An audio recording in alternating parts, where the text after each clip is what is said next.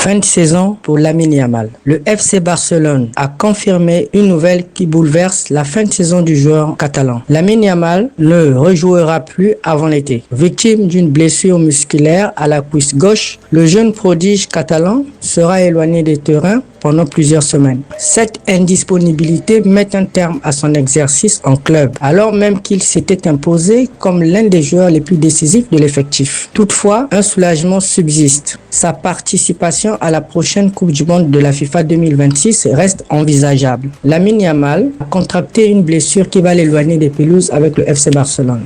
La blessure est survenue lors de la victoire face au Celta Vigo, un succès précieux mais terni par la sortie prématurée de Lamine Yamal. Auteur du pénalty victorieux, le Culèche a quitté ses partenaires en cours de match, suscitant immédiatement l'inquiétude. À seulement 18 ans, il réalisait jusque-là une saison exceptionnelle avec des statistiques impressionnantes qui confirmaient son statut de phénomène du football européen. C'est une absence qui pèse lourd pour le Barça car cette blessure intervient à un moment très important pour le club engagé dans la dernière ligne droite de la Liga. Bien que le titre semble à portée de main, l'absence de Yamal prive l'équipe d'un élément offensif clé capable de faire basculer un match à lui seul. Sa créativité, sa vitesse et son efficacité devant le but ont largement contribué à la dynamique positive du club cette saison. Avec 28 apparitions et 16 réalisations en championnat, Lamine Yamal s'est imposé comme un pilier du système offensif. Son absence se fera notamment ressentir lors du Classico qui pourrait pourtant sceller définitivement le titre. Pour l'entraîneur Hansi Flick, il s'agit d'un coup dur qui oblige à repenser l'animation offensive de l'équipe.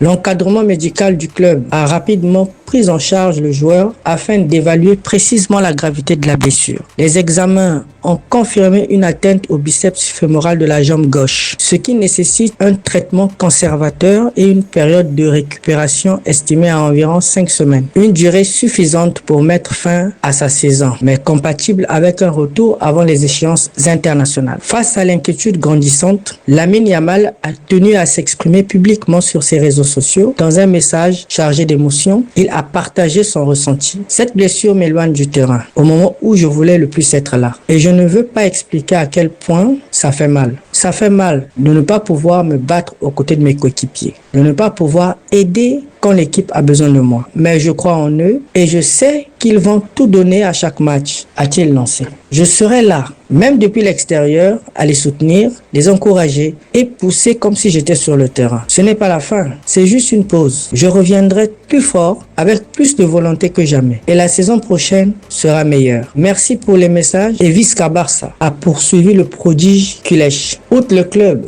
cette blessure concerne directement la sélection nationale. L'Espagne, qui compte sur Lamine Yamal comme l'un des atouts offensifs, suit de très près l'évolution de sa récupération. À quelques semaines de la Coupe du Monde de la FIFA 2026, l'objectif est de préparer une compétition où les ambitions sont élevées. La bonne nouvelle réside dans le calendrier médical. Si la rééducation se déroule comme prévu, le joueur devrait être opérationnel à temps pour rejoindre l'Aurora. Une perspective rassurante pour le sélectionneur et les supporters qui espèrent voir leur jeune talent briller sur la scène mondiale. Malgré ce coup d'arrêt, la trajectoire de Lamine Yamal reste extrêmement prometteuse. Cette blessure, bien que frustrante, pourrait aussi lui permettre de récupérer physiquement après une saison intense. Le FC Barcelone va donc terminer la saison sans l'un de ses joyaux. C'est ainsi que s'achève notre numéro d'actualité Barça. Merci à tous de nous avoir suivis et on se dit